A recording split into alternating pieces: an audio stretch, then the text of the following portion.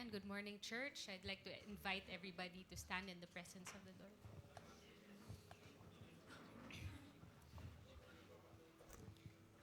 Psalms 103, 1 to 2 says, Praise the Lord, O my soul, and all that is within me. Praise His holy name. Praise the Lord, all my soul, and forget not all the benefits. Forget not all the benefits, church. Kanina na-mention ni ng MC natin na pataas ng pataas yung presyo ng gas. And with that, everything else, di ba? But the good news is, people, that our provision as Christians doesn't depend on the economy. It depends on the faithfulness of the Lord. Amen po ba? Amen. Amen. So let us pray. Lord, we just thank you. We just thank you for your goodness and faithfulness to us, to your people, to your nation, the Philippines. Lord, with all our hearts and everything within us today, O Father God, allow us to bless you. Allow us to worship you, glorify you, and magnify you. We pray, Lord, that in this season, all the earth will remember to turn back to you, to worship you, Lord, in spirit and in truth. This is our prayer this day. In Jesus' name, amen.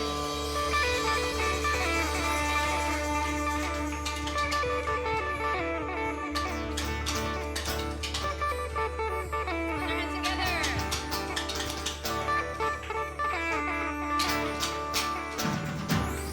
Every tribe will see your glory. Every nation bow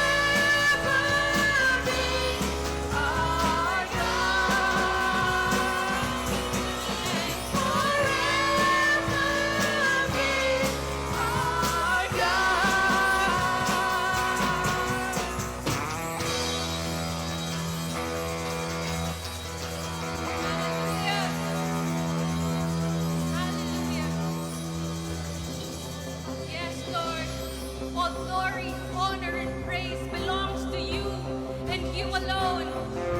And our praises are not based on our feelings. It is not based on our circumstances. It is based on the Lord's mercies and loving kindness towards all of us. So right now, let us praise a hallelujah. Let us praise 1,000 praises to our Lord our God.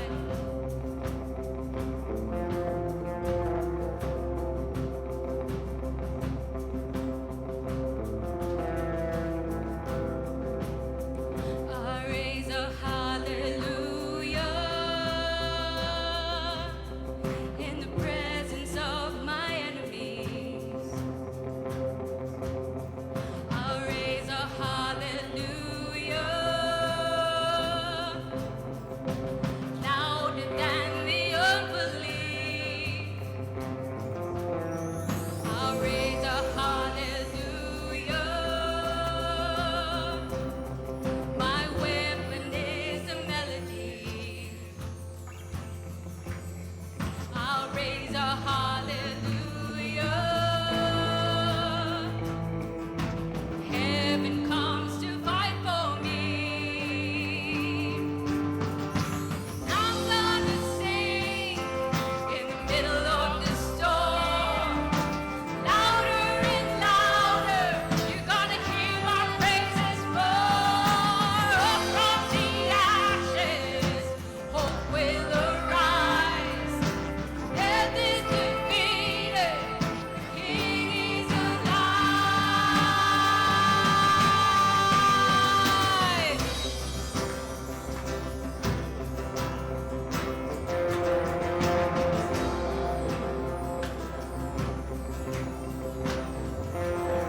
I raise a hallelujah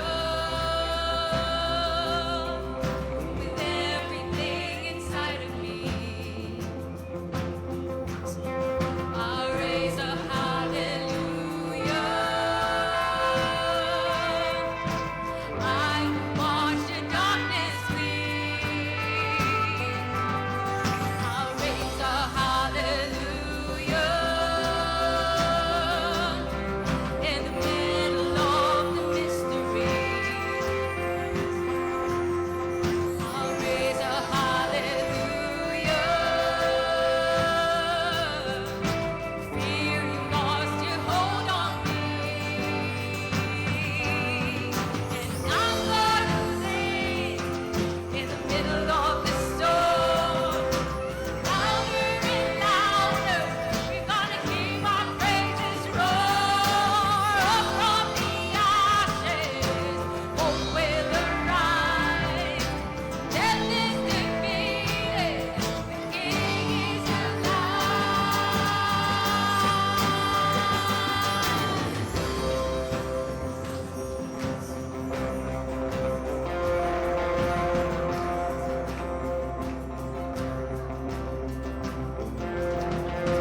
Sing a little louder. Sing a little louder. Here, church. Sing a little louder. Sing a little louder. Sing a little louder. Sing a little louder. Sing a little louder. Sing a little louder. Sing a little louder. In the presence of my enemies. Sing a little louder. Louder than the unbelief. Sing a little louder. My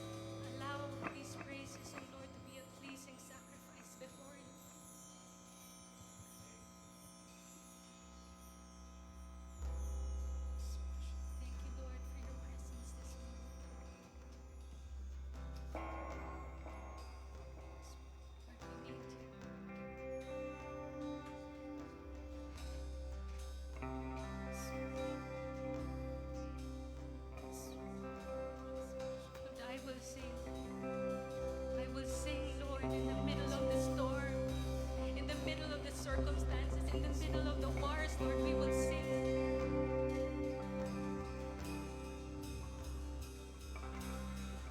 And I'm gonna sing in the middle of this storm.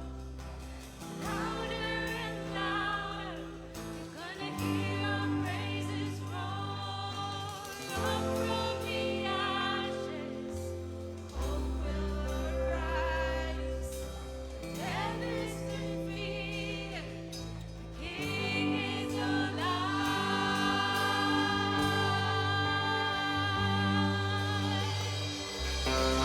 Yes, Lord, we know that the God we serve is alive and able to do exceedingly, abundantly, more than we can imagine, more than we can ask for. That is the God we serve. Hallelujah, hallelujah, hallelujah.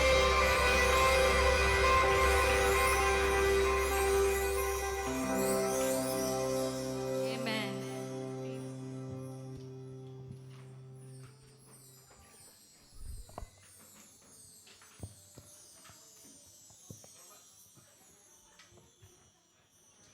Amen.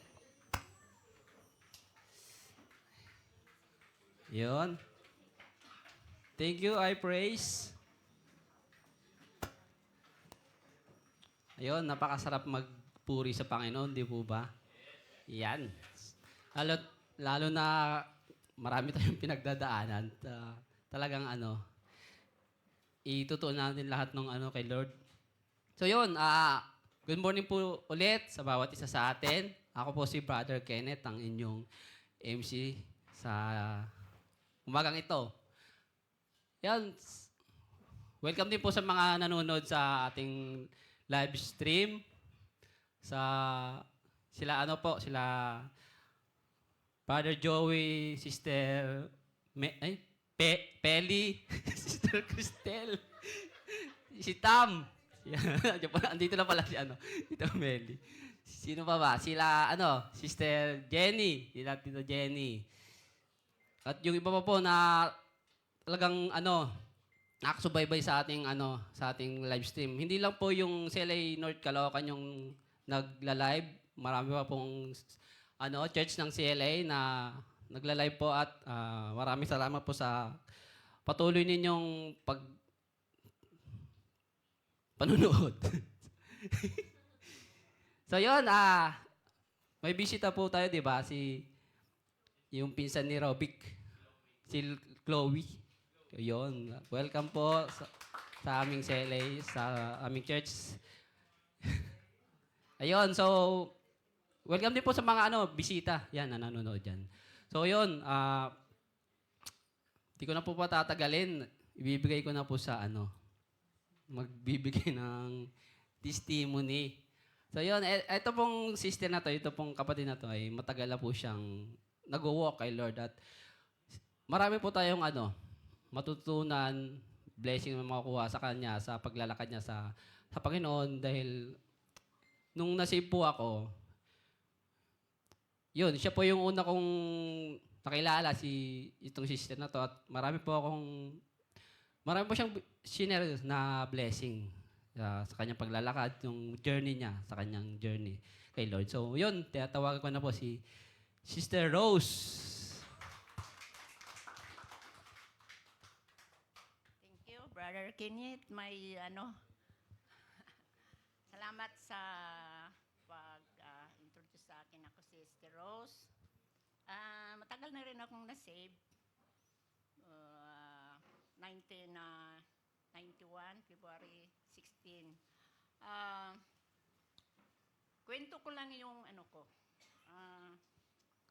lupit kong karanasan na wala pa si Lord. Lupit talaga. Malupit yung buhay ko. Kasi 18 years old ako. Ang dami kong mga kapatid, 12 kami, pang-apat ako. Kaya tinitingnan ko yung mga kapatid ko. Simula sa akin hanggang dulo, 8. Hanggang sa taas, 4. Kaya sabi ko, mag-asawa na ako ng maaga para iiwas na ako doon sa mama ko sa gastusin. Yun ang ko noon. Kaya, nakasawa ko 18 years old, lupit naman kasi namatay kaagad yung asawa ko. 5 buwan lang buntis ako. Kaya sobrang lupit, no? Grabe. Siyempre, binuhay ko yung anak ko. Binuhay ko yung anak. Ang isa, balik na naman ako sa mama ko. Diba? Walang no choice. Trabaho ako. Tapos, ang mga 5 years, nag-asawa ko ulit. Kasi byuda naman, pwede naman, di ba? Inisip ko, nag-asawa ako dahil gusto kong kunin yung anak ko para magsama kami. Lupit rin dahil yung pangalawang asawa ko, hindi naman kinuha yung unang anak ko. Kaya nakanap rin ako ng trabaho para mabuhay siya. Diba? Kaya hanggang, kasi yung pangalawang asawa ko, tawag nito, sumama sa kapitbahay namin. Lupit, no? Grabe. Lupit talaga, sobra. Tapos, 16 years, sinintay ko siya. Kala ko, bali-balikan ako. Wala eh. 16 years, 1991,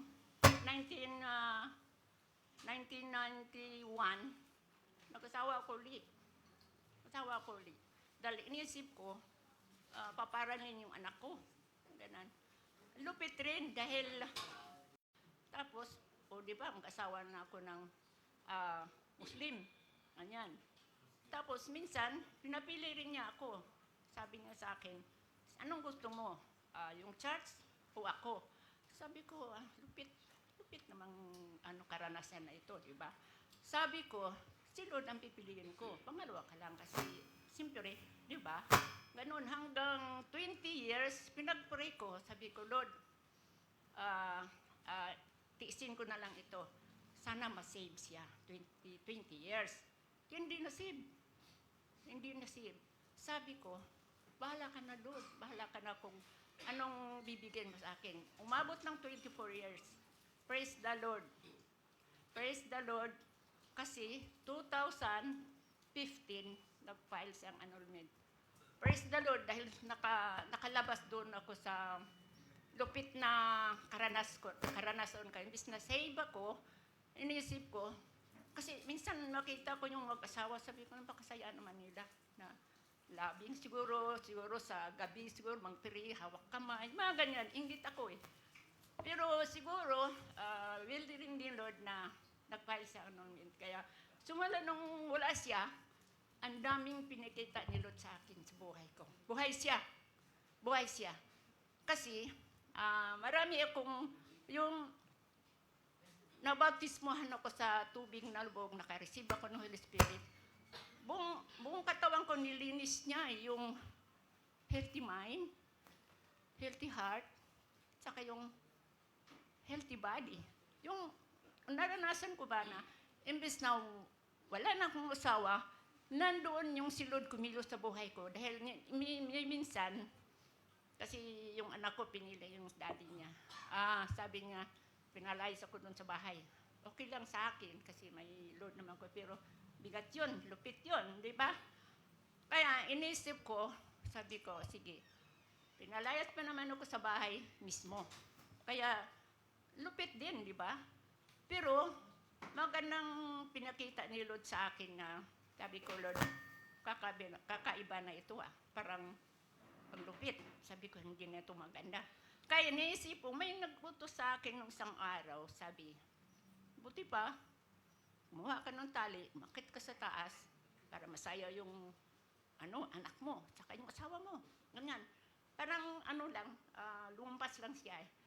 Pero yung nagtangs ako, praise the Lord, yung nagtangs ako, imbis akit ako sa taas, bumaba ako. Nagtangs ako, imbis paakit sa taas, bumaba ako. Lumuhod ako, tumawag ko kay Lord. Tapos sabi ko, Lord, buhay ka pa ba? Andyan ka pa ba? Nakita mo ba yung sitwasyon ko? Kasi lupit na ito, parang hindi naman ganda. Alam mo, yung ilaw sa bahay, kasi matagal na yun eh. Hindi ko lang kinuha siya. Hindi ko natanggal kasi maganda siya. Sabi ko, bigyan mo ko ng sign. Lord, ngayon na. Kasi nangyari sa akin, yung kapatid ko, gumawa siya ng kutsilyo ba, tapos tinali niya. Akala ko pang lang yun, pang sa daga. biro mo, ako pala. Oo, ako pala ginaganyan. Sabi ko, anong nangyari? Anong nangyari? Yung nagtangs ako, alam mo, nakalabas ako. Paglabas ko, hinagis niya sa akin yung kutsilyo sa harap ko, umiyak siya. Kasi nagtangs ako, kaya pinupuri ko si Lord dahil mga bagay pinapakita niya sa akin, at buhay sakit, ako'y nag-iisa. Isang ano pa rin na sabi ko, Lord, umating kasi ako isang church. Tapos, in-invite ako para gusto kong witnessan sila. In-invite ako. Nagtok yung pastor tungkol sa tithes. Tithes ba? Hindi yung church natin na Assembly of God. Yung puso ko naman, dahil salita ni Lord yun, hindi ko niisip nga, sabi ito, hindi. Nagbigay ko ng, wala akong laman sa wallet ko, kundi 500 lang. Di lagay ko, okay lang yun sa akin. Alam mo, biro mo, ang galing talaga ni Lord. Kahit nag-isa ko, marami siyang pinakita sa akin. Ang galing ni Lord. 3 days, may tumawag sa akin, kunin mo yung pera doon sa Palawan, 6,000. Sabi ko, ay, thank you Lord. Pero hindi ko pa inisip yung hinulog ko. Mga 3 days, punta naman sa akin, nagbigay sa akin 10,000. Sabi ko, inisip ko, ang galing ni Lord. Hindi talaga niya ako pinabayaan sa lahat ng mga ginagawa niya sa buhay ko. At minsan, sabi ko, Lord, mayang 1 o'clock, Lord, gisingan mo ako, gusto puruhin kita. Saktong 1 o'clock talaga, pagkita ko sa cellphone, talagang 1 o'clock talaga, hindi lang isang bisis, maraming bisis, kaya marami pa akong kwento, pero hindi ako maubusan sa mga ginawa ni Lord sa buhay ko na buhay talaga siya, hindi ko makalimutan yung ginagawa niya dahil yung pagsubok kong sobra na pinalayas ako sa anak ko, sa mismo sa bahay ko, ganyan. Sabi ko parang hindi ito maganda, pero hindi ako nag-isa dahil yung nabasa ko yung Romans 8, 1 hanggang 39, basahin mo. Ang sarap pakiramdam, ni kamatayan man, ni anuman, walang makipagkawalay sa Panginoon sa atin. Kaya yun, marami pa akong kwento, pero hanggang dito lang. Kaya salamat sa Lord na binigyan ako ng healthy mind, healthy heart, healthy body, sa pamagitan ng Espiritu Santo na bigay niya sa akin. Kaya pinupuri ko sa Lord. Yes. Amen. Thank you. Diba? Ang dami grabe yung yung pinagdaanan ni Sister Rose. Saka grabe din yung, syempre, yung provision ni Lord sa kanya. Diba? Yung naging saksi din ako diyan sa mga pinagdaanan niya, ni Tita Rose. Kasi yung nag-umpisa pa lang kami ni Kles, yung brother Klester, doon nagtrabaho kami sa niya, sa salon niya eh. Diba? Tita. Ayun, so nakita din namin yung mga niya, mga struggle niya. So, nakakamanga kasi hanggang ngayon si Tita dito pa rin. Nagpapatuloy, kahit ang dami niyang pinagdaanan, yung maraming nawala sa kanya, mga ganon. So, ayun, saka yun isa sa mga yung tinitignan ko na, diba kahit ilang taon na si Tita, parang hindi tumatanda. Parang bata pa rin eh. Diba? 72 na. So, yun. So, yun, basahin po natin yung vision natin. Yun, our vision is saving souls, transforming lives, and planting churches. So, ayun, ang ginugol po ng church natin ay, yun nga,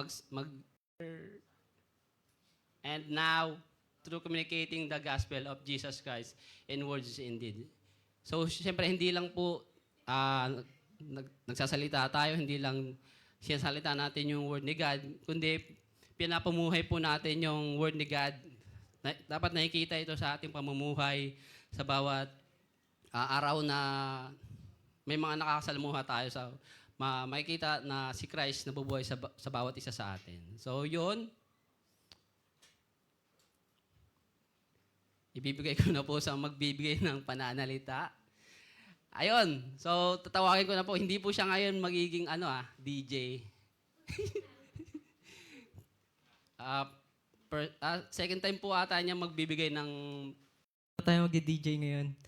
Ayun, ako po yung naatasan na magbigay ng pananalita sa ating lahat. At paki-flash nga po ate. Ayun, habang pinapakinggan ko yung testimony ni Tita Rose kanina, may mga binabanggit siyang word no? Yung malupit. Lupit Kasi parang, ano ba yung ibig sabihin ng lupit? Lupit, no? Amaze, parang na-amaze siya sa nangyari sa buhay niya, ganun. Sabi ko, sakto yun Kasi parang sa sobrang lupit ng ginawa sa kanya ni Lord, simula nung nabanggit niya kanina, di ba? Kung paano niya nakilala si Lord. Hanggang ngayon, sobrang amazed na amazed siya. So parang nakikita din natin doon sa bawat isa sa atin yung pattern kung paano tayo niligtas ni Lord mula doon sa dating kasalukuyan natin tapos sa ngayon na. So napakalupit nung napakalupit nung way kung paano siya na-save. So welcome po sa ating lahat. At speaking of pattern, di ba? Lahat tayo. Isipin natin yung yung araw ngayon, Sunday meeting. Ano ba yung ginawa natin simula nung pagising natin ng umaga? Siyempre, gumising tayo, di ba? Ay, nawala yung ko. Kinakabahan ako Patugtog nga. Joke lang. Joke lang. Uy. Ay, naka-off pala. Ayun, so gumising tayo ng umaga, di ba? Sunday setup, isipin natin. Pagising natin ng umaga, ano bang ginagawa natin? Siyempre, pagising natin, mag-pray tayo. Di ba? Tapos yung ilan sa atin, sa mga sisters, lalo-lalo na nandito, nagluluto. Para, si Jen, di ba? Nagluluto yun, pagising ka lang. Madaling umagang-umaga ka lang, nagluluto. Tinutulungan niya na yung papa niya magluto. Yun. So, syempre, sa pagluluto, may pattern din yan Di ba? Ano bang, unahin mong ilagay? Bawang sibuyas, asin na agad, or gulay, or karne. Di ba may pattern yun? Kasi pag di mo sinunod yung pattern, ano mangyari? So, ilagay mo na lang. Diba? Hindi papangit yung luto, tama? Pag inuna mo yung gulay sa karne, baka ma-overcook yung gulay, tama? So may pattern din, no? So, pati sa pagligo, may pattern din. Lalo-lalo na yung mga sisters natin dyan, pag naliligo, napakatagal maligo niyan Bakit?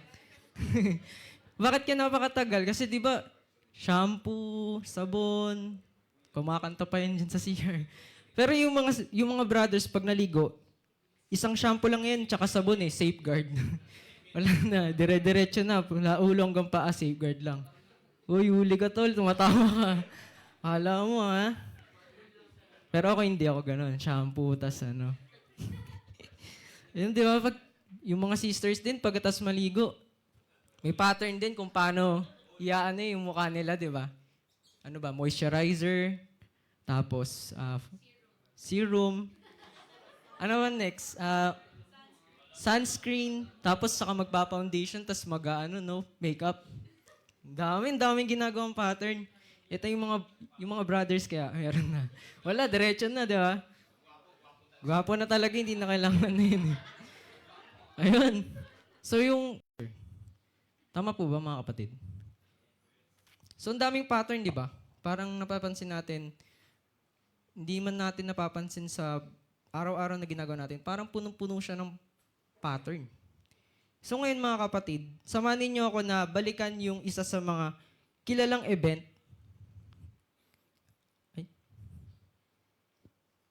Ayaw.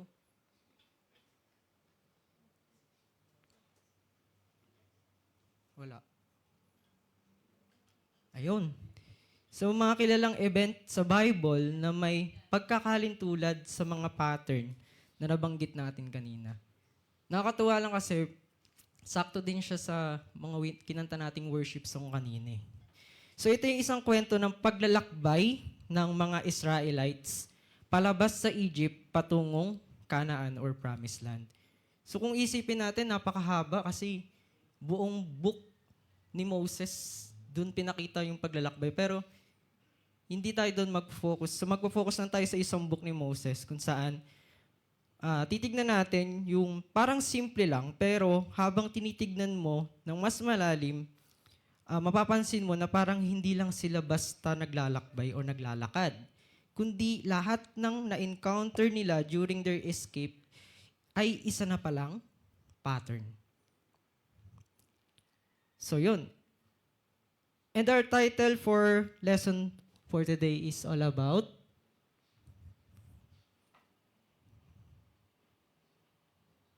ayaw talaga. Eh. Ayaw ah. Next nga po. May pattern ba to? Uy, nawala. Namatay.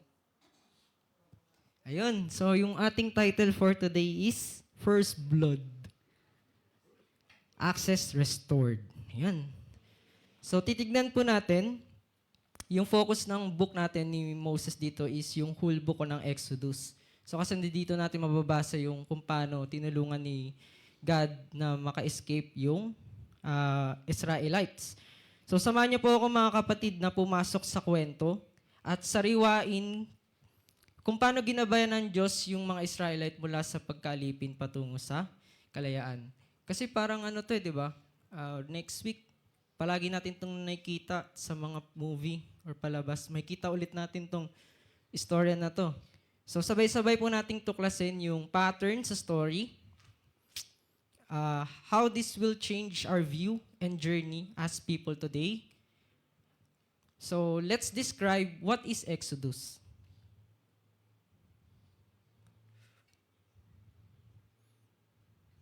Nawala nga no ate. Ito yung ano yung tinatanong ko kanina. Kung nandiyan ba yung image. So wala dyan no. Sige tuloy na tayo ate. Sabihin ko na lang po Sabayan niyo na lang po ako mga kapatid. Nawawala po yung yung slide talaga. So sa Book of Exodus, ito yung second book ng Pentateuch or ng Law of Moses. Exodus, it is a Greek, pabak muna ate, wag muna dyan. It is a Greek word means departure or pag-alis. Okay? So, yung Exodus ay hati sa tatlo yan. So, deliverance, transition, and dwelling. So, yun pong buong Exodus yung titignan natin, mga kapatid. Sana may mga Bible din tayo ngayon na pwedeng sundan yung story kasi maganda po siya. So, punta tayo sa paano. Paano napunta sa pagkalipin yung mga Israelita. So, doon muna natin siya. Tignan. Labo. Ayan. So, bago mangyari yung Exodus, may nauna ng pangako yung Diyos. So, naalala niyo yung talk ni Tita Melly, di ba? So, para maintindihan natin kung bakit sila umalis sa Egypt, balikan muna natin saglit yung story ni Abraham. So, sa story ni Abraham, mababasa natin sa Genesis chapter 12, verse 2-3, may pangako doon yung Diyos kay Abraham. Sabi dyan, no, I will make you into a great nation and I will bless you. I will make your name great and you will be blessing. You will be a blessing. Sabi sa Genesis 15:5, kasing dami doon ng between. Sabi dyan ni God, look up the sky and count the stars. If indeed you can count them. Then he said to him, so shall your offspring be. So kasing dami daw ng mga bituin sa langit yung magiging descendants ni Abraham.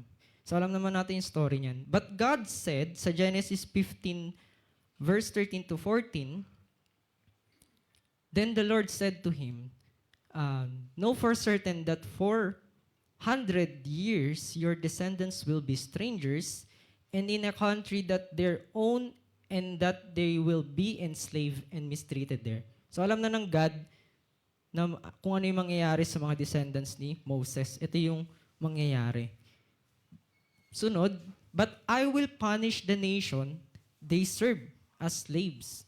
And afterward, they will come out with great possession. So, una pa lang, dun pa lang sa panahon ni Abraham, alam niya na mangyayari to sa mga kalahi niya. To make a long story short, nagkaroon ng anak si Abraham, tama? Sabi ni Tita Melly dun sa talk niya. Next po. Yun. So, nagkaroon ng anak si Abraham. Ito is si Isaac and si si Isaac. Si Isaac naman ay nagkaroon din ng anak, si Jacob at saka si Esau. Pero focus tayo dun kay Jacob. Si Jacob naman ay merong 12 na mga anak. So hindi ko na iisahin sa inyo yung mga 12 na anak niya. Magpo-focus lang tayo dun sa pang-11 na anak ni Jacob, which is si Joseph. Yun. Sa Genesis 37, dito sinabi na paboritong anak daw ni Jacob si Joseph. Yun. So tignan natin. Tapos itong si Joseph, palagi siyang nananaginip. Tapos palagi niya ring kinukwento sa mga kapatid niya. So yung una niyang panaginip is nanaginip daw siya balik po ate. Nanaginip daw siya diyan ng mga trigo. Kasi nagtatali daw siya ng mga trigo. Tapos doon sa panaginip niya, nagbabaw daw sa kanya yung mga trigo. Tapos nagalit yung mga kapatid niya. So sabi niya, so ikaw yung susundin namin, parang ganun.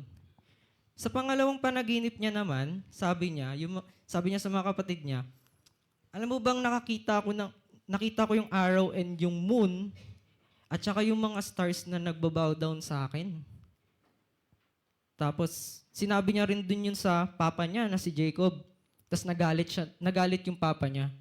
So sinasabi mo na ikaw yung masusunod sa amin ng mama at papa mo. Parang ganyan. So, fast forward ulit tayo. Then sa mga sumunod na araw, inutusan ni Jacob, ng tatay niya, na pumunta si Joseph sa Shechem. Next po. So, nasa Hebron sila. Tapos pupunta si Joseph dun sa Shechem. So, isipin nyo, lalakarin niya lang yan, ganyan kalayo. Tapos, sa Shechem kasi, nandun yung mga pastulan nila. Nandun yung mga alaga nilang mga tupa, ganyan. Tapos sabi ni Jacob, para kumustahin yung mga kapatid niya at mga kapatid niya na nagpapastol. Pero pagdating doon ni Joseph sa Shechem, wala doon yung mga kapatid niya. Pero may nakita siya doong isang lalaki, sabi niya, anong hinahanap mo? Sabi ni Joseph, yung mga kapatid ko po. Tapos sabi ng lalaki, nandoon sila sa Dotan. So, nung naglakad ulit siya ng konti, napunta siya sa Dotan. Tapos nakita niya doon yung mga kapatid niya. Ano lang, mga kapatid balik story lang po tayo, wala pa po tayo sa main story. Para magets po natin kung bakit naging alipin yung mga yung mga Israelites. Nung nakita ni Joseph na palapit na siya, nung mga kapatid niya, nakita ng mga kapatid ni Joseph na napapalapit na siya, binalak siyang patayin. Pa-next po ate. Ay, sorry. Ayan, binalak siyang patayin. Pero si Ruben, yung panganay, sabi niya, wag natin siyang patayin, ihulog na lang natin siya sa balon na walang tubig. At wag natin siyang saktan. Tapos, doon sa story, parang umalis yata si Ruben, di ko alam kung parang hindi clear sa Bible kung saan nagpunta siya. Pero pagbalik sa mga susunod na verse, bumalik kasi si Ruben. Umalis si Ruben dito, sa tingin ko, pumunta siya sa mga alaga nilang hayop.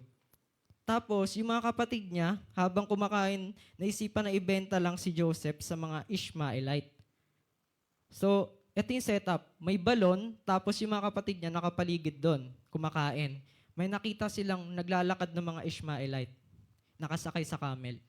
Tapos, itong mga Ishmaelite na to is mga traders, mga mangangalakal. So, palit-palit, ganyan. So, mga mangangalakal sila. And naglalakbay sila gamit ang mga camel. May mga dala silang spices, pampalasa, balm, at saka mga myrrh.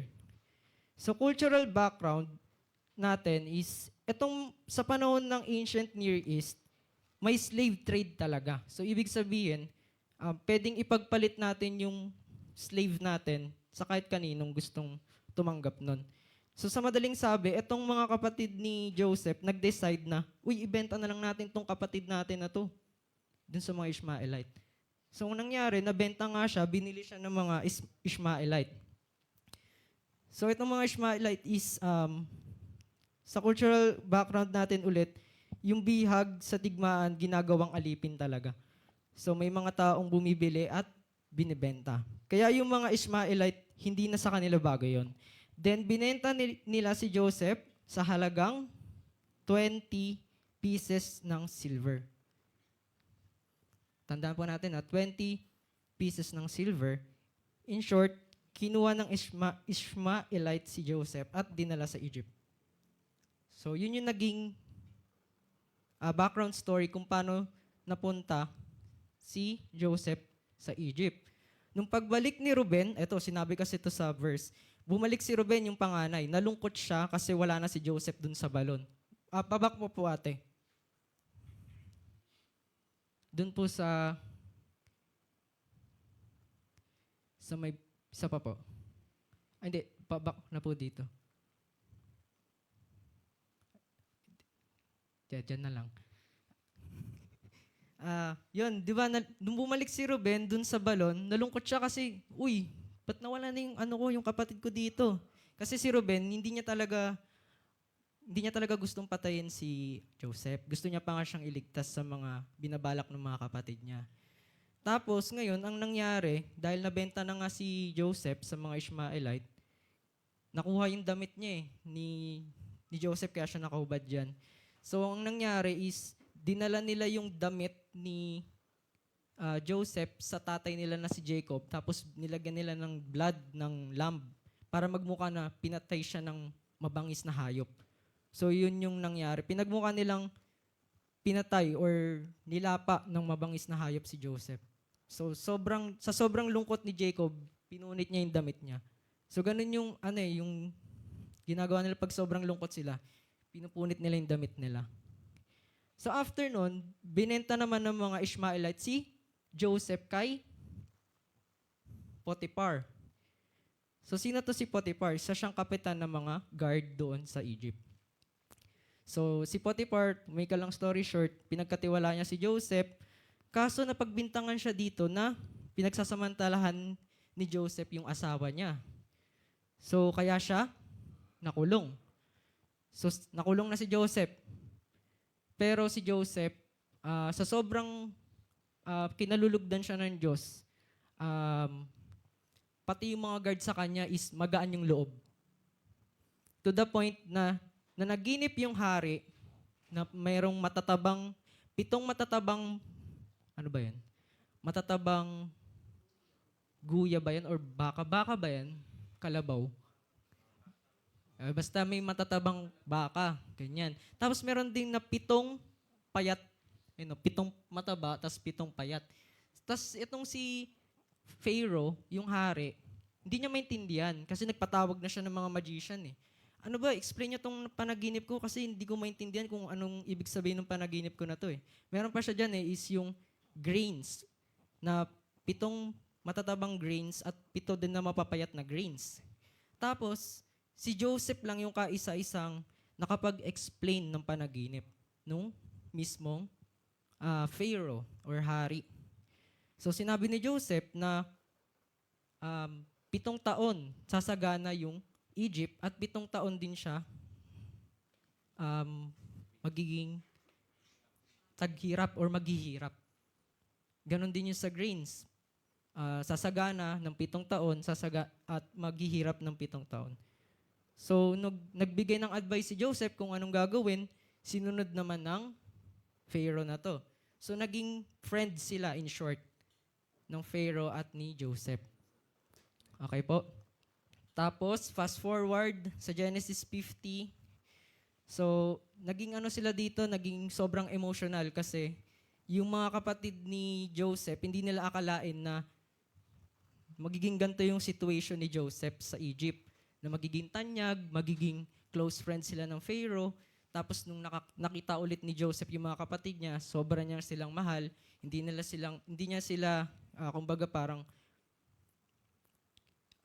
sinabi ni Joseph na ako to yung pinagbili niyo sa mga Ishmaelite. Kaya ako nandito ngayon sa Egypt. Tapos nung nalaman nung ni Jacob, yung papa nila na buhay pa pala si Joseph, pumunta din sila lahat doon sa Egypt. So madaling sabi, saganang-sagana na yung mga Egypt dito, tsaka si Joseph. Kasi dumating na nga yung saganang buhay na 7 taon, pero dumating naman yung 7 taon na naghirap sila. Kasi yung reason kung bakit napunta ulit yung mga kapatid niya doon is naghirap ng 7 taon. So wala na makakain yung ibang karatig lugar doon sa Egypt. So ngayon, pumunta sila kasi nag-imbak sila Joseph. May advance ano siya eh. Kumbaga parang yung strategy niya is mag-imbak na tayo agad ngayon pa lang. Para pagdating ng taghirap, meron tayong magagamit na pagkain. So sila lang yung nakaisip ng ganun to the point na lahat ng mga katabi nilang lugar nagsipuntahan doon. At yun din yung naging dahilan kung bakit nakita ulit ni Joseph yung mga kapatid niya. So sana po nakakasunod tayo mga kapatid.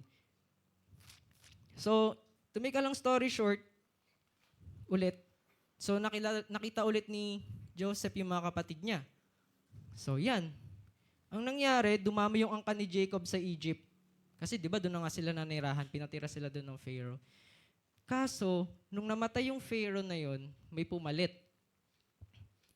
Okay, so may bagong pumalit na Pharaoh. Sinabi dito is hindi daw kilala nung Pharaoh si Joseph eh. So kung isipin natin, ilang taon ba namatay si Joseph? 110 years old. Tapos, to the point na nagpalit ng bagong Pharaoh, ilang taon ba bago makalimutan natin yung isang tao? Kahit namatay na siya. Kilala ba natin yung mga grandfather natin? Nag-search ba tayo, nagtanong ba tayo sa mga parents natin? Sino yung lola sa lola na tudud sa dulo? Meron bang gano'n na inaalam pa yung mga ganong details? Siguro ganun katagal. Siguro ganun katagal na bago napalitan ng Pharaoh. Or to the point na hindi na nga kilala eh. So hindi alam kung anong ginawa ng Pharaoh kay Joseph tsaka sa family niya. So, kaya naman, pinag-utos ng hari, yung Pharaoh, sa mga midwife, kasi naging, ang dami na talaga nila, sobrang dumami na sila doon sa Egypt. Inutos ng Pharaoh na sa mga midwife, yung midwife yung nagbibigay, anong tawag doon? Nagpapaanak. Sabi nung Pharaoh doon sa mga midwife, patayin niyo yung mga ipapanganak na lalaking Hebrew at hayaan yung mabuhay yung mga babae para malesen yung pagdami nila. Kaya nung pinanganak si Moses, tinago pa siya ng mama niya for 3 months. For 3 months sa mga Egyptians. Pero nung hindi niya na kayang itago yung baby, nilagay niya ito sa basket. Ito yung mga napapanood natin, di ba? Nilagay siya sa basket, tapos inilagay sa mataas na mga tambo sa ilog para makatago doon. Pinagbantay niya yun sa ate ni Moses or sa baby. Yung basket, para makita kung ano yung mangyayari. So, yung ate ni Moses, yung inutusan ng mama na ilagay doon si Moses, tapos bantayan, tignan kung ano mangyayari. Tapos, biglang dumating yung prinsesa, yung kapatid ng Pharaoh. Nakita yung baby na nasa basket, tapos lumapit yung ate. So, nag-alok yung ate ni Moses. Sabi niya, gusto niyo po bang maghanap ako ng isang Hebrew na magpapadede or magpapa-breastfeed sa baby? Tapos tumugon naman yung princess, sige, hanapan mo ko. Tapos yung mismong hinanap ng ate ni Moses dyan is yung mismong mama niya. Okay? So ngayon, binayaran or pinaalagaan itong prinsesa na to at tinuring niyang anak talaga si Moses. So nakikita natin yung pattern na. So habang lumalaki siya sa palasyo, tinuring siya ng anak ng prinsesa. 40 years old na si Moses sa Egypt. Sinabi yun sa Acts 7 verse 23, na 40 years old si Moses noon. Tapos, ang nangyari, nagising siya sa tunay niyang pinagmulan. Nakakita kasi siya ng isang kalahi niya na Israelites doon na pinapahirapan ng Egyptian, to the point na pinatay niya yon. Pinatay niya yung Egyptian. Tapos, natakot siya kasi may mga nakakita sa kanya na ginawa niya yun. Ang ginawa ni Moses, dahil natakot siya, umalis siya at tumira sa Midian ng 40 years. Sa Acts 7 verse 30, sinabi yon na 40 years siyang nanirahan doon sa Midian. So naging ano siya doon? Ayan, yung napatay niya yung Egyptian. Tapos naging pastol na siya. From prinsipe, naging pastol. Nagkaroon siya doon ng pamilya, ng tahimik na buhay. Then, nagpakita sa kanya yung, binibilisan na lang po natin nagpakita sa kanya dyan yung parang apoy sa gitna ng mababang puno sa bundok ng Sinai. So, dyan nagsimula yung pagkatawag ni Moses. Sa Exodus 3:10, sabi diyan,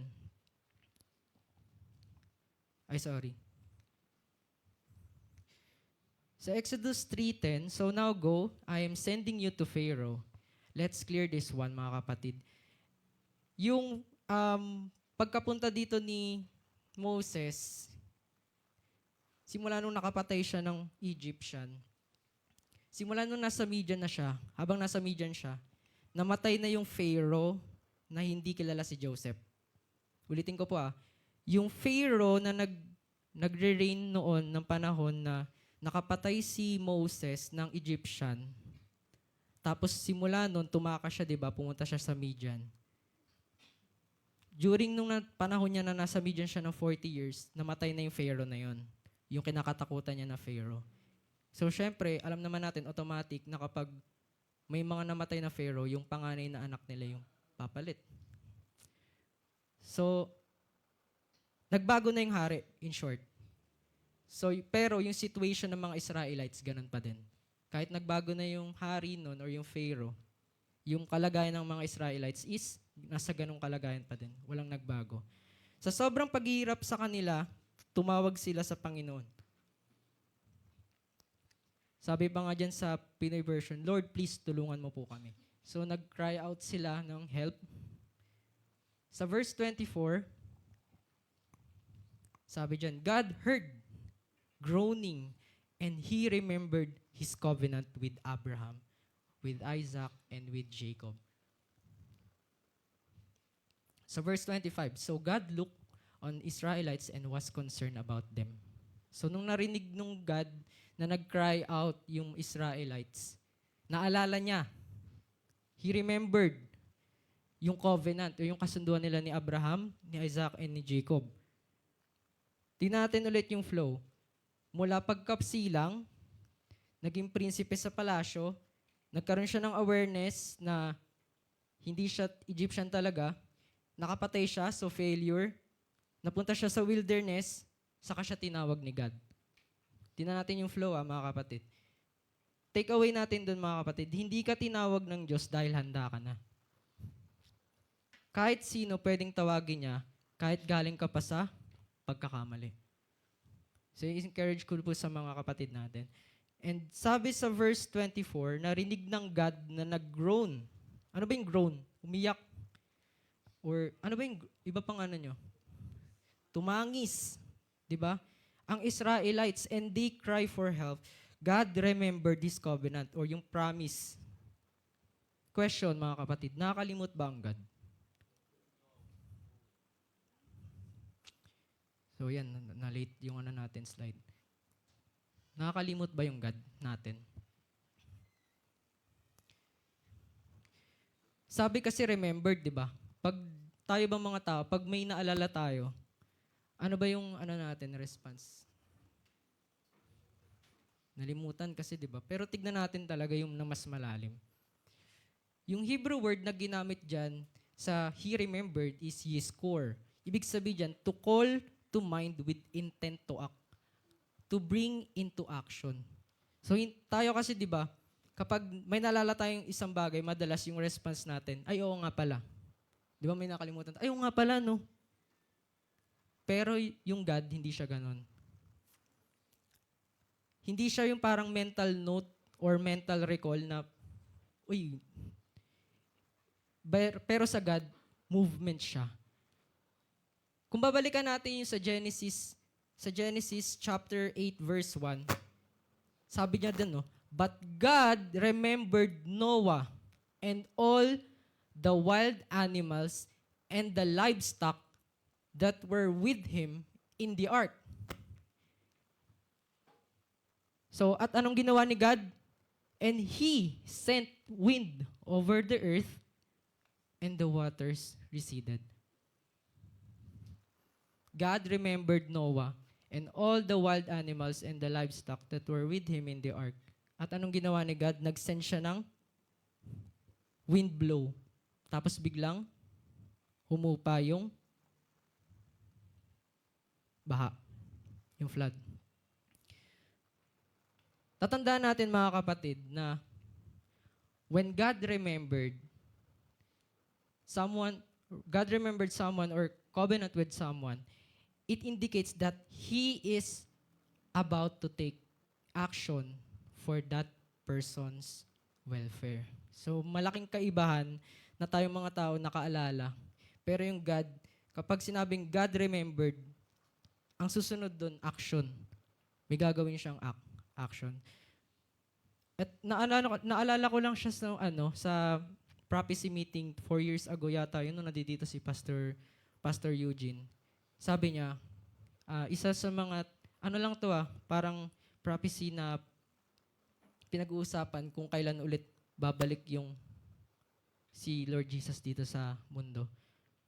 Now, once na tumawag ulit yung Israel sa God, baka dun yung isa sa mga pwedeng possibility na bumalik na ulit si God. Once na tumawag ulit sila ng tulong sa Panginoon. Kung nasa season ka ngayon na parang walang nangyayari, parang tahimik lang yung langit, hindi big sabihin nun nakalimutan ka na ni Lord. Sabihin mo sa katabi mo, hindi ka kinalimutan ni Lord. Ayun. Then, to make a long story short, ulit, pinili ni God si Moses bilang head sa pag-alis ng mga Israelites sa kamay ng Egypt. And sabi ni God, tutulungan niya si Moses sa Pharaoh na magsalita. So yun. Ngunit, naging matigas yung puso ni Pharaoh at hindi siya nakinig sa sinabi ni Moses, kaya naman pinili ni God na magpadala ng plagues or salot bilang bahagi ng kanyang plano at layunin na iligtas mula sa pagkalipin yung Israelites patungo sa Promised Land. So, hindi na natin babanggitin yung lahat ng salot na yon, pero magpo-focus tayo sa isa lang. Focus tayo sa isa, yung pinaka-last na salot kung bakit,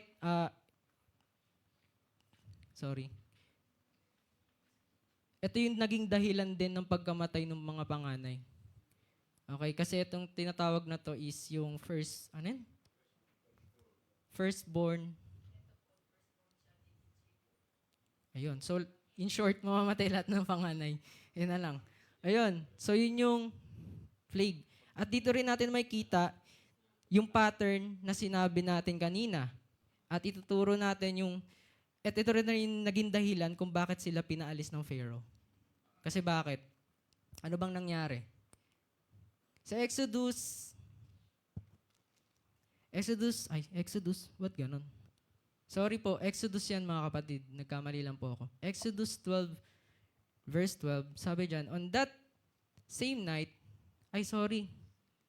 tama.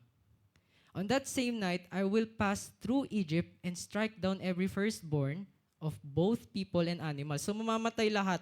Pag dinaanan ni God yung Egypt, mamamatay lahat yung panganay at yung mga panganay ng mga animals. And I will bring judgment on all the gods of Egypt. I am the Lord.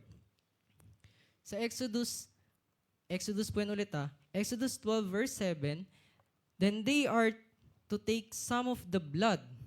So, anong nangyari? Para hindi madama yung mga Israelites, sabi dyan ni God, maglagay sila ng blood ng lamp doon sa door frame or sa hamban ng pintuan, sa taas, tsaka sa gilid.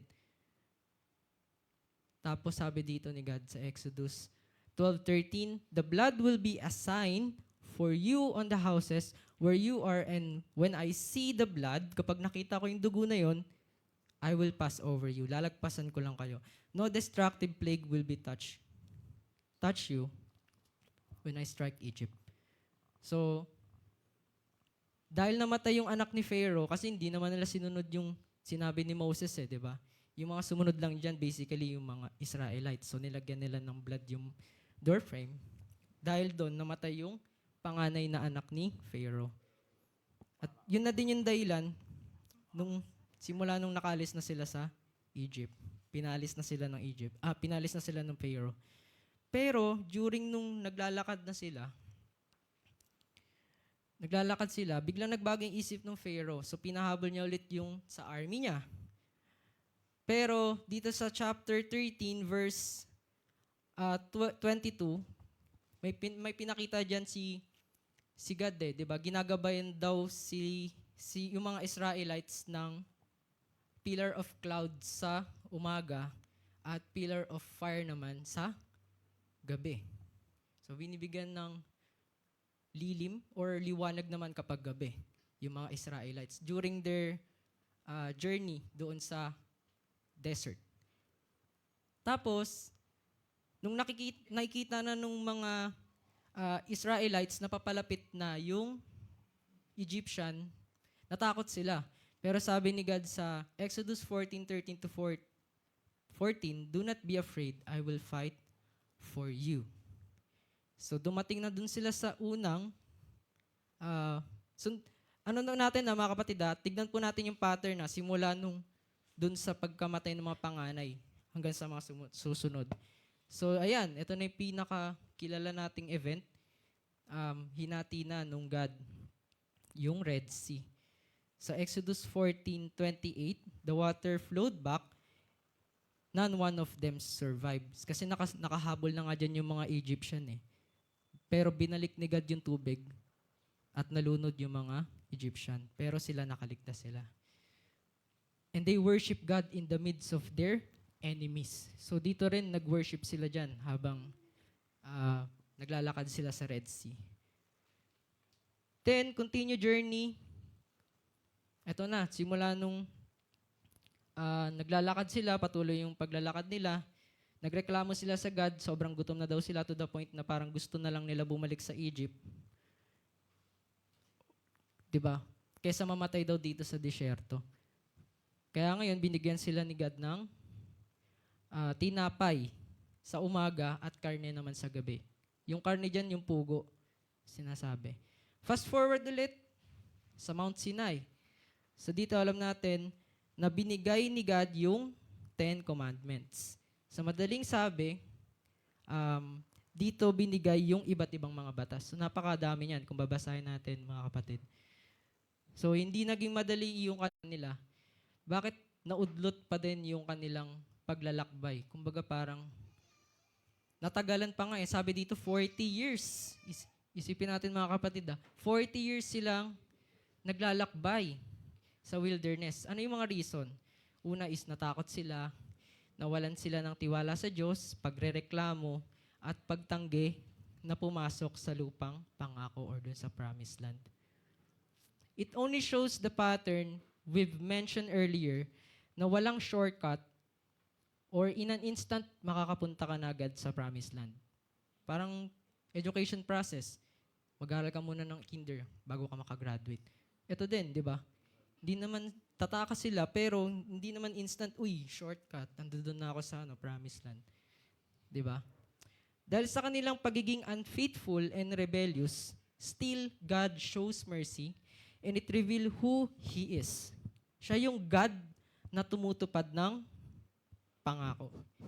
And in chapter 25, ito na po, chapter 25, verse 8, Exodus chapter 25, verse 8 to 9, God instructed Moses na sabihan yung mga Israelites na gumawa ng isang special tent. Special tent Basahin po natin sa Pinoy version. Nandito po si Pops Jonel. Hello. Yun. Sabihin mo ang mga tao na gumawa sila ng isang special na tent para sa akin. Hello. Para makasama ko sila. Verse 9. Sundin nyo ang ipapakita ko pattern sa paggawa ng banal na tent at sa lahat ng gamit doon. Okay. Thank you, Pops. Ito yung tabernacle na tinatawag. And through this special tent, they will feel the presence of God. So tandaan natin na sa kawalan pa rin sila. And dahil sa sobrang pagmamahal ng God sa kanila, gumawa ng way yung God para ma-feel pa rin ng mga Israelites yung presence ng God. Through this tent. This is not just a feeling na nandito yung God, but a visible manifestation ng God. Sabi sa Exodus 40 verse 38, basa, Paps.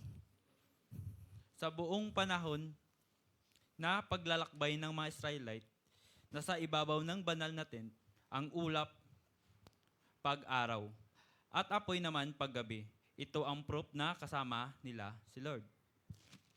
Yun. God wants relationship, not just to rescue them. Gusto ng Diyos ng relasyon sa mga Israelite. Hindi lang basta i-rescue sila. Gusto ng God na magkaroon sila ng relationship at ng fellowship. Because God is holy, hindi ka pwede basta-basta makalapit sa presence niya. Tama? That's why God chose to dwell in the special tent para makasama ng God yung bayan niya. So yan yung ginawa. May instruction dyan sa chapter 25. Madaming mga bagay-bagay na sinabi dyan yung Diyos kay Moses kung paano bubuuin yan. Pero hindi ko na po i-detailed. Gusto ko lang po sabihin na hindi lang tayo tutulungan ng God na makalaya sa Egypt na meron tayo. Past mistakes, pagiging slave natin sa sin, yung God ni Abraham, Isaac, at ni Jacob, gusto ka rin niyang makasama araw-araw. So titignan po natin dito yung blueprint ng special tent, yung mga gamit sa loob. And how it is become a mirror sa naging journey ng Israelites palabas sa Egypt. So meron po itong 3 parts. Yung 3 parts na yan, yung outer court, next is yung holy place, at yung last is yung holies of holies. Pagpasok ng priest sa pinto ng tabernacle, so ito yung gate. Pagpasok ng priest sa pinto ng tabernacle, meron bubungad na altar. So yung altar na yun, yung tinatawag na altar of burnt offering. By the way, itong tabernacle na to, priest lang yung pwedeng pumasok dito. Walang kahit na sinong mga Israelites yung inalaw ni God na pumasok dyan, yung mga priest lang. And kung mababasa natin yung buong kwento, inanoint ng God yung kapatid ni Moses na si Aaron at yung mga kapatid niya bilang priest. And bakit kaya hindi na lang si Moses? Pero may iba pang doon. Hindi na natin yung tatalakayin.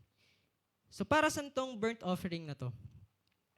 Dito pinapatay yung sacrifice na animal. Dito binubuhos yung dugo at sinusunog. So may dyan, uling. Hindi ko alam kung uling. Para magbaga yung apoy, di ba? Para masunog. So coil. So relate natin.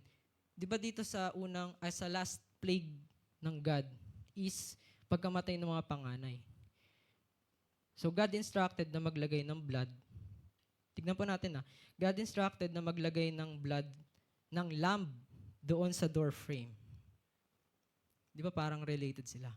Doon sa burnt, unang pagpasok mo ng tabernacle, ito din yung naging reason kung bakit namatay yung mga panganay doon sa Egypt. Second na pupunta natin is yung may red arrow dyan, yung bronze laver. Itong bronze laver, mga kapatid, is may lamang tubig yan. At para saan ba yung bronze laver? So yung bronze laver na yan, mga kapatid, is ginagamit yan para maghugas ng kamay at mga paa ng priest. So after nila mag-sacrifice ng lamb, nung alay, madumi yung kamay nila, syempre. So bago sila pumasok doon sa holy place, is maghugas muna sila ng kamay or ng paa. So tulad din nung na-encounter nila Moses, nung papunta sila sa paglalakbay nila, yung Red Sea water. Next, pagpasok na nung priest doon sa holy place, di ba, tapos na tayo sa outer core, papasok tayo sa holy place, may nakalagay doon na lampstand. So yung lampstand na yon is, para saan ba siya? So basically, ginagamit lang siya para pampaliwanag sa loob kasi madilim sa loob eh. So ilaw siya sa loob.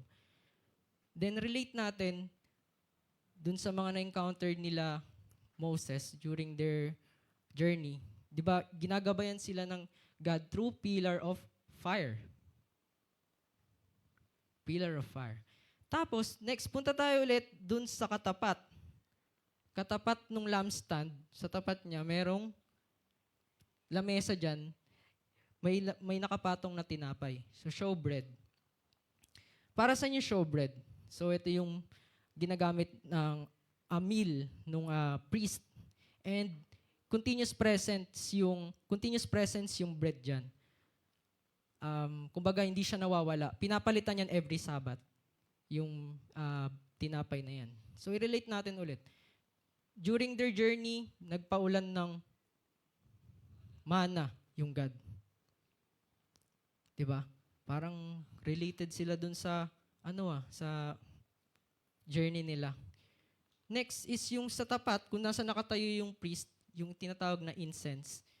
Diyan na yung from burnt offering, dadalin nung priest yung coil doon sa may incense para yun yung umusok. So para saan ba yung altar of incense? So sinusunog yung incense or aromatic oil, aromatic smoke. And ito yung kung saan nagpe-pray yung priest. So umaakit yung panalangin ng priest sa God. Okay? So relate natin ulit dun sa mga nakita din ng mga Israelites, yung pillar of clouds. So after mag-pray ng priest, papasok siya sa isang veil or tolda kasi mayroon pang nakaharang na tolda dun bago ka makapasok sa last part ng tabernacle, which is yung tinatawag nating Ark of the Covenant. So para sa naman tong Ark of the Covenant, anong laman niya? So itong Ark of the Covenant, ang laman niyan is yung tablet, yung law, and yung mana, and yung rod ni Aaron, or yung baston. Sa taas niyan, may napapansin kayo dyan, ang tawag dyan is mercy seat, yung top ng ark. Dito winiwisik ng priest yung dugo ng sinacrifice nila doon during nung pagpasok niya ng tabernacle. So, ibig sabihin, may dala siyang mangkok doon at may dala din siyang para doon ilalagay yung dugo nung sinacrifice niya. Then, syempre, doon sa incense, para umano yung usok, may dala din siyang coil from that altar burnt offering. So, ito yung way para maipakita at maiparamdam ng God yung kanyang presence at makalapit yung tao sa Diyos. So, ito yung ginagawa nila kasi sabi natin kanina, yung mga Israelites, kung mapapansin natin dito,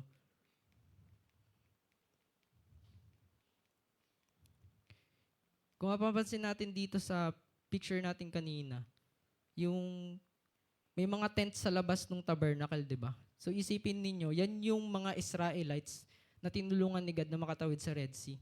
So pumalibot sila doon sa tabernacle na pinagawa ni God. So nakatira sila dyan sa mga tent na yan. So para maramdaman nila yung presence ng God, kaya nila ginawa yan. Inutos ng God sa kay Moses at sa mga Israelites. Now, how it is related sa buhay natin ngayon? Tandaan po natin mga kapatid, this is an old covenant or lumang kautusan ng Diyos kung paano mamuhay yung mga tao at makalapit sa presensya ng God. Pero ngayon, sa atin, paano ba ito nagiging related sa buhay natin ngayon?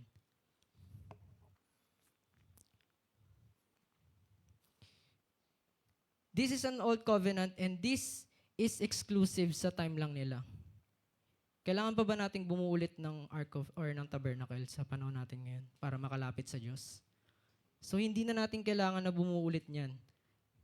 Because our Lord Jesus Christ has already done it. Jesus is our ultimate priest. Hebrews 4 verse 14. Sabi diyan, so then, since we have a great high priest who has entered heaven, Jesus, the Son of God, let us hold firmly to what we believe. Siya yung mismong tagapamagitan natin sa God ngayon, si Jesus Christ. Siya yung ating mediator. Hebrews 10:19. And so, dear brothers and sisters, we can boldly enter heaven's most holy place because of the blood of Jesus Christ. So, pwede na tayong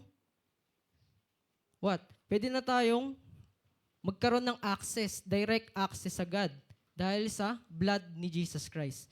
So, hindi na lang tayo dyan nakatayo. Hindi na tayo dyan nakatira sa labas ng tabernacle. Pwede na tayong pumasok because of the blood of Jesus Christ, the Lamb of God.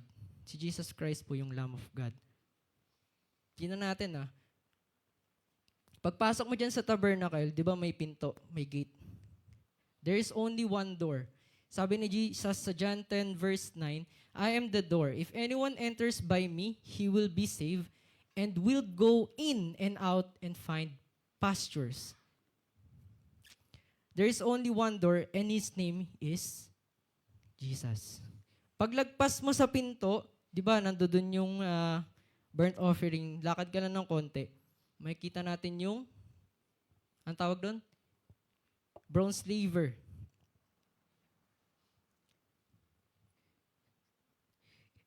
Pero bago ka pumunta doon, if you believe that Jesus Christ is the Son of God and Lamb of God, and He died for your sin, you will obtain freedom. Sabi niya dyan sa John 8:36, so if the Son sets you free, you are truly free. Sa Hebrews 10 verse 10, and by that will we have been sanctified through the offering of the body of Jesus Christ once for all. After sa burnt offering, pupunta na tayo sa bronze laver na may tubig, and it implies water baptism.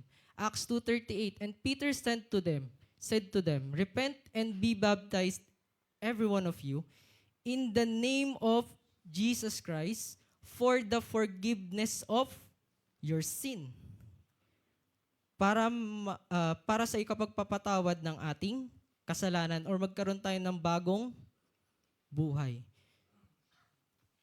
Tapos na tayo sa outer court. Papasok na tayo ng holy place. Makita natin yung lampstand. And it gives what? Light doon sa loob ng room. So continue natin yung Acts 2:38. And you will receive the gift of the Holy Spirit. Ito yung pangako ng God na kung tayo maniniwala na ililigtas tayo ni Jesus Christ sa ating mga kasalanan, tayo ibibigyan ng tatak, yung tinatawag na Holy Spirit. Sabi dyan sa Ephesians chapter 1 verse 13, in Him you also, when you heard the word of truth, the gospel of your salvation, and believe in Him, naniwala ka kay Jesus Christ, na pinatawad ka niya, were sealed, tatatakan niya tayo ng pangako. At yung pangako na yun is yung tinatawag nating banal na Espiritu. Sa tapat ng lampstand naman, makikita natin yung tinatawag na bread, showbread. Sabi ni Jesus Christ sa John 6:35, Jesus said to them, I am the bread of life. Whoever comes to me shall not hunger, hindi na magugutom. And whoever believes, maniwala sa Kanya, hindi na mauuhaw kailanman. Sabi natin kanina, this is a continuous presence, yung bread, showbread. So therefore, we need Jesus and His words in our life. Next is yung altar of incense, di ba? So we are now free to worship God. Because naniniwala tayo na pinatawad tayo ni Jesus Christ sa mga kasalanan natin. At meron na tayong direct access para purihin siya at pasalamatan siya dahil doon. Sabi sa Hebrews 10 verse 20, by the new and living way that He opened for us through the curtain. Di ba may veil doon sa loob ng holy place bago makapasok sa Holies of Holies? That is through His flesh. Katawan po ni Jesus Christ yun. Simula nung namatay siya sa cross, di ba doon sa temple, napunit yung tolda. Yun po yung katawan ni Jesus Christ. Para magkaroon po tayo ng direct access na ngayon sa God at maramdaman po natin yung presence niya. So Jesus Christ is the fulfillment of this pattern, mga kapatid. Yung pattern na to, hindi siya coincidence. Ito talaga yung plano ng God. Kung paano niya i-redeem yung humanity sa sin. So this is a beautiful story, mga kapatid. A beautiful story kung paano ililigtas ng God yung bayan niya. Tanong ko lang po sa mga bisita natin ngayon, are you willing to accept Jesus Christ as your Lord and Savior? Maraming salamat po, mga kapatid.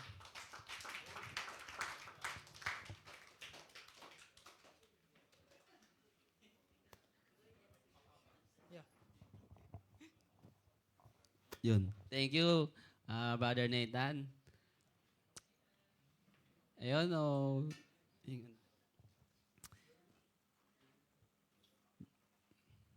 Yan na po natin yung yung collection. Ito. So yun.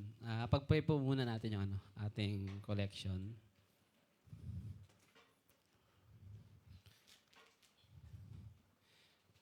Pag-pray po natin.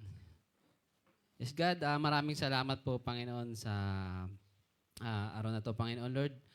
Tinatas po namin, Lord God, yung aming collection, Panginoon, na ikaw yung mag-bless, Panginoon, sa bawat kapatid, Panginoon, Lord God, ano man yung aming pinagkukunan ng aming pera, Panginoon, Lord God, aming ginagamit sa aming pang-araw-araw, Lord God, ikaw yung bahala, Panginoon. At nawa, Panginoon, yung maging collection, Lord God, ay maging tulong sa mga kapatid, Panginoon, na nangangailangan at sa ministry ng simbahan, Panginoon, at maging tulong sa bawat isa, Panginoon, Lord God. Ikaw na po yung bahala, Lord, at aming hinihingi na iyong basbasan, Panginoon. Sa pangalan ng iyong anak, si Jesus. Amen.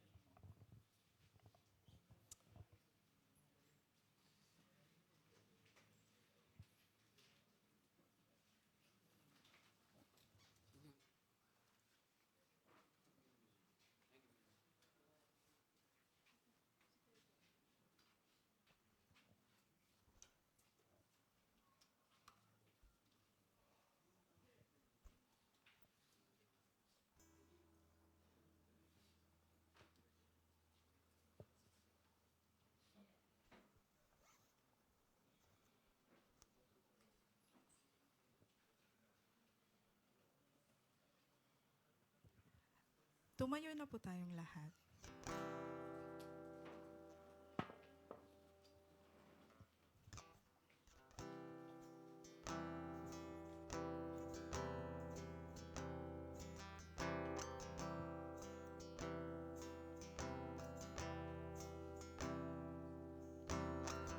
What can wash away my sin? Nothing but the blood of Jesus. What can make me whole again? Nothing but the blood of Jesus. Oh, precious is the flow that makes me I-post yung sa Yan, sa 1 Corinthians chapter 11 verse 23 and 26. Ito ay sapagkat tinanggap ko mula sa Panginoon ang siya ko namang ibinibigay sa inyo, ang Panginoong Hesus. Nang gabi siya ay ipinagkanalo ay kumuha ng tinapay. Pagkatapos niyang magpasalamat, pinagputol-putol niya ito at sinabi, kunin ninyo, kainin ninyo, ito ang aking katawan na pinagputol-putol para sa inyo. Gawin ninyo ito sa pag-alala sa akin. 25, sa gayon din parang ginawa niya ang saro pagkatapos maghapunan, sinabi niya, ang sarong ito ay ang bagong tipan sa aking dugo. Sa tuwing kayo iinom nito, gawin ninyo ito sa pag-alala sa akin. 26, ito ay sapagkat sa tuwing kakain kayo ng tinapay na ito ay at iinom sa sarong ito, inihahayag ninyo ang kamatayan ng Panginoon hanggang sa siya ay dumating. Amen. So ipagpipray po ni Brother Jonel yung bread ang nagsisimbolo ng katawan natin Panginoon at ang wine ay ipagpipray ni Brother Kenneth. Amen. Bago natin siya i-take. Thank you. Brother, thank you. Yes, Lord, Panginoon. Maraming salamat sa buhay ng inyong anak na si Jesu Cristo, Panginoon, Lord. Tinataas ko pong isang pirasong tinapay, Panginoon. Ito yung nagsilbi ng iyong katawan na bayubay, nabugbog sa krus ng Kalbaryo, Panginoon, para linisin ang aming pagkakasala. Yes, Lord God, Panginoon, basbasan mo po ito, Panginoon, para linisan ang aming kasalanan. Amen po. Brother Kenneth, thank you. Yes, God. Ama, maraming salamat, Panginoon, sa sakripisyo ng iyong anak na si Jesus, Lord. At aming tinataas, Panginoon, yung laman ng kupitang ito, Panginoon, na nagsisimbolo ng kanyang dugo na nabuhos sa cross ng Kalbaryo, Panginoon, upang maglinis sa aming mga kasalanan. Patawarin kami sa aming mga kasalanan, Lord, at magligtas sa amin, Panginoon, Lord, sa kamatayan. At maraming salamat, Panginoon, sa sakripisyo ng iyong nag-iisang anak na si Jesus, Panginoon. At aming hinihiling na iyong basbasan nito sa pangalan ng iyong anak na si Jesus. Amen. Amen. Sabay-sabay po natin i-take yung bread at ang yung wine na simbolo ng dugo natin, Panginoon. Amen. Take pa natin, mga kapatid.